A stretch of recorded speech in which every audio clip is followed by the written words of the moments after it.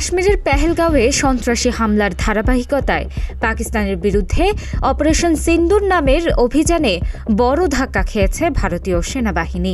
পাকিস্তানের সংবাদ মাধ্যম বলছে, এই অভিযানের নিয়ন্ত্রণ রেখা বরাবর 250 জনেরও বেশি ভারতীয় সেনা নিহত হয়েছে।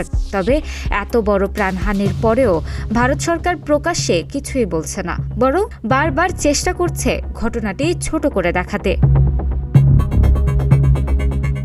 নিহতদের পরিবারের মুখ বন্ধ রাখতে চাপ দেওয়া হচ্ছে। পরিবারগুলোকে বলা হয়েছে তারা যেন নিহত সেনাদের ছবি বা ব্যক্তিগত গল্প সামাজিক যোগাযোগ মাধ্যমে না শেয়ার করেন। অর্থাৎ সরকার চায় না সাধারণ মানুষ এই ক্ষয়ক্ষতি সম্পর্কে পুরোপুরি জানুক।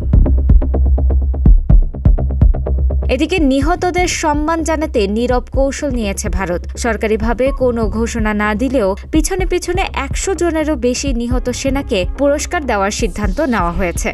এর মাধ্যমে একদিকে সম্মান জানানো হচ্ছে, আরেকদিকে সাধারণ মানুষের নজর এড়ানোর চেষ্টা চলছে।